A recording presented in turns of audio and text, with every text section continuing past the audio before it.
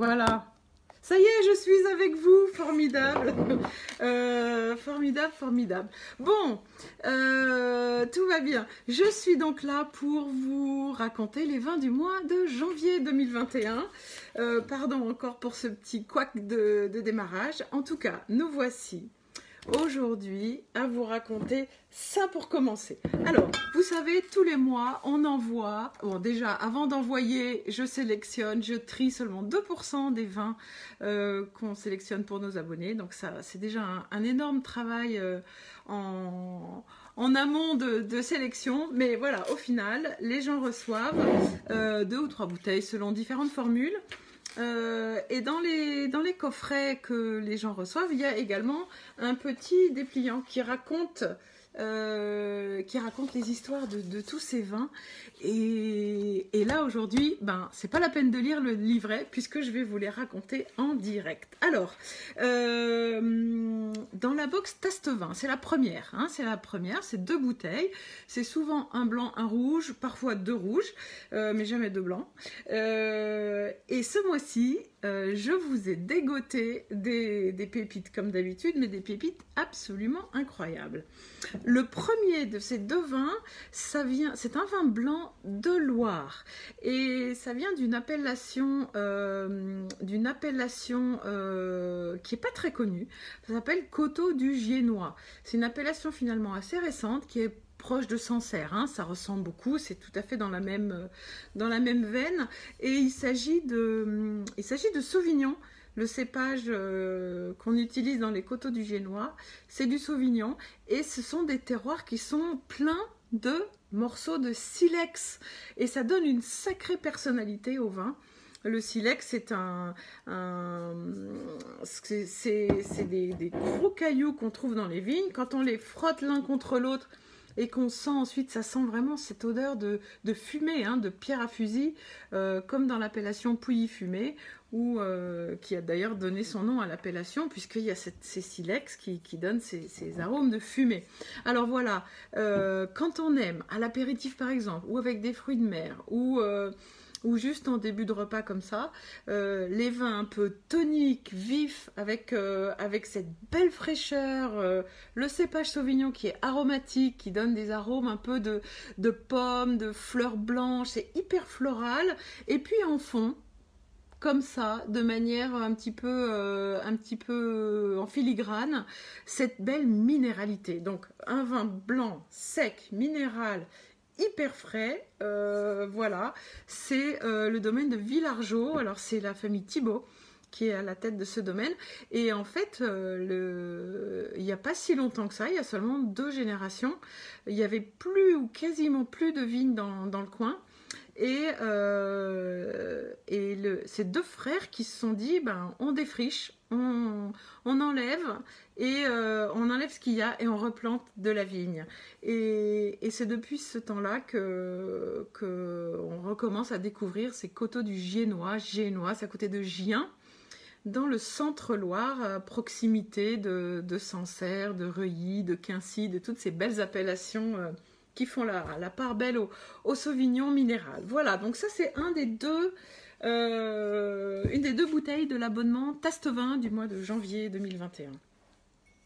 Et cette bouteille est accompagnée d'une autre bouteille, ce petit duo des Taste Vin. Et là, on part dans le sud-ouest. Je ne sais pas si vous m'avez déjà entendu dire que j'adore le sud-ouest parce qu'il y a des cépages autochtones. Et je trouve qu'il reflète vraiment la personnalité d'un endroit. S'il y a des cépages qui sont seulement ici, c'est qu'ils s'y sentent bien, c'est qu'ils ont été implantés parce que ils sont l'idéal pour cet endroit-là. Et dans l'appellation Madiran, vous voyez Madiran, on est quasi dans les Pyrénées, vraiment c'est assez montagneux, c'est au moins très vallonné, par endroits montagneux. Et à cet endroit, on trouve un cépage qui porte un nom qui est tout de suite évocateur de ce qu'on va retrouver dans les vins qu'il produit. C'est le Tanat. Et d'ailleurs, ce vin s'appelle carrément Tanat. Et le Tanat, c'est un cépage évidemment tannique, c'est pour ça qu'il s'appelle comme ça. Sauf que les Madirans qu'on connaissait il y a 1 ou 2 générations, c'était des vins tellement tanniques, tellement costauds, il fallait un chausse-pied pour les déguster. Là, on est dans la modernité. Le tannat, il est juste infusé, il n'est pas extrait au moment de la fermentation pour extraire beaucoup de force, de structure, de puissance. Pas du tout, c'est pas du tout ce style-là. C'est vraiment plutôt le style gourmand, le beau tannat. Il y a un petit peu de cabernet sauvignon dedans pour lui donner des petits accents un peu toniques aussi pour éviter que ce soit juste structuré. Et en fait, le vin, les raisins sont infusés, ce qui fait que ça donne un vin qui n'est pas trop tannique, qui est souple et qui est une petite merveille. Alors, si en plein hiver, vous avez envie de faire des cuisses de canard confit avec des bonnes petites pommes de terre sarladaises, sortez ça. Si vous avez envie d'un bon cassoulet bien réconfortant, voilà, sortez ça. Ou alors, si vous attendez qu'il fasse un peu meilleur, ben, avec les apéritifs, les olives noires, il y a des arômes d'olives noires dans ce genre de vin, vous pourrez les retrouver avec des repas plus d'été. Si vous ne le servez pas à 22 degrés de température, c'est une pure merveille. Donc voilà, les 2 vins, Tastevin, mois de janvier, un Coteaux du Génois en Sauvignon et un Madiran avec du tannat de la famille Camartin qui est très influente dans la région et surtout bien sûr en agriculture biologique. Le Coteaux du Génois est en conversion vers l'agriculture biologique. De toute façon, ça, ce sont des critères qui pour moi sont indispensables et vraiment importants parce que je veux vous faire déguster des vins qui ont la gueule de l'endroit d'où ils viennent et surtout qui sont faits sans produits chimiques, qui sont faits naturellement des bons raisins, qui fait du bon vin. On passe au 2e abonnement qui est l'abonnement buissonnier. Alors, on va raccourcir très vite parce que l'abonnement buissonnier contient ces 2 premières bouteilles et il y a une 3e bouteille plus complexe que les 2 premières. Ici, en l'occurrence, c'est un vin de la vallée du Rhône qui vient d'une appellation qui s'appelle Grignan les Adhémars. Alors, c'est pas très facile à prononcer, certes. En tout cas, c'est tout à côté de Montélimar. Et là, on est dans la famille Bourg, ou chez la famille Bourg plutôt. Et ça, ce sont les plus vieilles vignes de leur domaine. C'est un assemblage de Syrah et de Grenache, 50-50. Et là, il y a une très très belle histoire aussi, parce que les parents d'Henri Bourg et de sa fille Nathalie, qui sont aujourd'hui aux commandes du domaine, sont arrivés dans le coin en 1964 après la guerre d'Algérie. Hein, c'est des gens qui avaient un grand domaine viticole là-bas. Ils avaient 400 hectares de vignes en Algérie. Et puis évidemment, c'était des vins qui étaient envoyés en France dans des gros camions-citernes. À l'époque, évidemment, c'était ça, c'était les vins de table. Hein. Et puis, quand ils sont arrivés en France, ils n'avaient rien dans les poches, parce qu'évidemment, ils n'étaient que propriétaires fonciers en Algérie. Évidemment, ils ont dû tout laisser sur place et s'en aller. Et puis, ils sont arrivés là, ils se sont installés dans une espèce de vieux moulin qu'ils ont rénové petit à petit. Et puis, ils ont commencé à défricher. Ils ont dû attendre longtemps parce qu'il fallait plusieurs années en jachère. Parce qu'il y avait des arbres, en fait ils ont défriché des arbres, ils ont dû attendre que toutes les racines soient bien parties.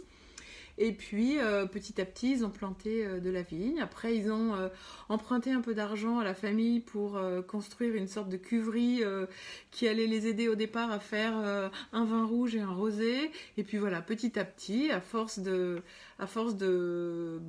poignet, hein, surtout, ils ont continué ce travail. Et aujourd'hui, le domaine fait 80 hectares. Alors, il y a des chênes truffiers, il y a des terres, il n'y a pas tant de vignes que ça, mais c'est quand même devenu un assez gros domaine, surtout assez influent dans la région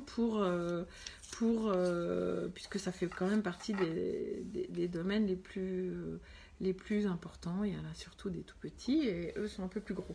Mais voilà, moi c'est un endroit que j'aime beaucoup. C'est des gens que j'aime beaucoup et je trouve que leurs vins sont vraiment fabuleux. J'en ai déjà fait... j'en ai déjà mis dans quelques box. Ça, ce vin, voilà, c'est la dernière découverte que j'ai faite chez eux. J'adore. C'est, voilà, Grenache, Syrah, super. La générosité, des tanins bien maîtrisés, beaucoup d'expressions, ces petites notes de garrigue qu'on trouve un peu en bouche, qui reflète bien le terroir, et puis surtout un peu un vin d'hiver qu'on peut garder sans problème. C'est construit sur une bonne structure qu'on va pouvoir garder. Donc voilà, Tastevin et Buissonnier du mois de janvier. Alors, évidemment, tout est bien expliqué dans les dépliants. Et alors, on va passer maintenant à l'abonnement Échanson. Échanson, ce sont 2 bouteilles de vin rouge. 2 bouteilles de vin rouge, toujours, parce qu'il y a des gens qui préfèrent les vins rouges. Donc, on a créé cet abonnement vraiment juste pour eux. Alors, on va commencer par le premier. Donc, il y a un vin de Loire de l'appellation Bourgueil. Et ça, c'est le grand vin du château de Minières qui se trouve à Bourgueil. C'est un domaine qui est tout en biodynamie et qui était transmis par les femmes depuis plusieurs générations, plusieurs propriétaires même. Et aujourd'hui, le propriétaire est une dame belge qui est tombée amoureuse de la région. Là, on n'est pas loin des châteaux, le château de la Belle au Bois dormant, le château d'Ussé, hein, à Bourgueil. L'endroit est magnifique. L'endroit est plein de ce calcaire qui a construit les châteaux de la Loire et qu'on retrouve en sous-sol et qui permet d'absorber un petit peu l'humidité, de la restituer progressivement à la plante petit à petit. Et voilà, donc ça, ce sont des vieilles vignes de Cabernet Franc. Il y en a une partie qui a plus de 85 ans. Donc ça donne évidemment une concentration. Alors oubliez tout de suite les vins de Loire un peu végétaux, fluets. On n'est pas du tout dans ce style-là, mais vraiment dans une belle construction d'un vin qui a des tanins hyper veloutés, un grain très fin. Vraiment, on a l'impression d'une étoffe, un petit peu comme un velours très doux mais épais, vous voyez. Et c'est exactement avec la dynamie et le côté éclatant que vous allez retrouver cette bouche tout en ampleur. Et alors là, comme vin gastronomique, c'est vraiment exceptionnel, hein. Le côté juteux, presque sanguin de ce genre de vin, vous allez pouvoir le servir avec des viandes rouges assez saignantes, des magrets de canard, des choses comme ça, même une entrecôte. Et sinon, si vous préférez les plats un peu moins protéinés, tout ce qui est gratin de légumes, un petit peu gratiné quand même sur le dessus pour retrouver ce côté un petit peu fumé qui rappellera l'élevage en fût de chêne, ça aussi ça peut être super intéressant. Et puis là, au mois de janvier, la recette du mois, c'est du petit salé aux lentilles. Alors là, idéal, vraiment absolument parfait. Donc, premier vin des 2 bouteilles de vin rouge de la box Échanson du mois de janvier, château de Minières en Bourgueil, un grand vin de Loire, tout en biodynamie, assez exceptionnel. Il n'y a pas beaucoup de vins de Loire qui ressemblent à ça, je vous le promets. Deuxième vin de cette box Échanson du mois de janvier, c'est une appellation beaucoup plus connue, c'est Crozes-Hermitage. Du coup, ça fait un petit duo nord-sud qui permet d'avoir 2 vins un petit peu opposés, bien que ce soit un Crozes-Hermitage qui est une finesse et un raffinement qu'on trouve assez rarement. Très honnêtement, les Crozes-Hermitage peuvent être des vins assez lourds, assez pâteaux. Là, ce que je cherche dans l'expression de ce vin, c'est le côté tonique, vous voyez, le côté qui va donner de l'élan en bouche. On en prend une petite gorgée, on aère un petit peu, et puis tout à coup, on se sent un petit peu emporté par cette belle syrah. hein, ce magnifique cépage qui est le seul qu'on utilise dans le nord de la vallée du Rhône. Hein. Là, on est juste à côté de Cornas, en face de la colline de l'Ermitage. Vous voyez, tout ça, ce sont des vins en rouge qui n'utilisent que le cépage Syrah, qui est un cépage qui est assez épicé. Et là, dans le nord de la vallée du Rhône, les hivers sont froids et les étés sont chauds. Donc, ça permet d'avoir cette espèce d'équilibre et qui donne beaucoup d'élan dans les vins. Et ça se sent en bouche. Hein. Là aussi, c'est Rémi Naudin, dont j'apprécie beaucoup les vins et qui est en conversion vers l'agriculture biologique. Et qui fait cette belle Syrah. On a déjà, nos abonnés ont déjà eu son Cornas, hein, il y a quelques années. Voilà, je suis un petit peu son travail parce que j'aime beaucoup ce qu'il fait. Il fait également un Saint-Péret, magnifique, appellation au vin blanc dans la vallée du Rhône aussi, côté Ardèche.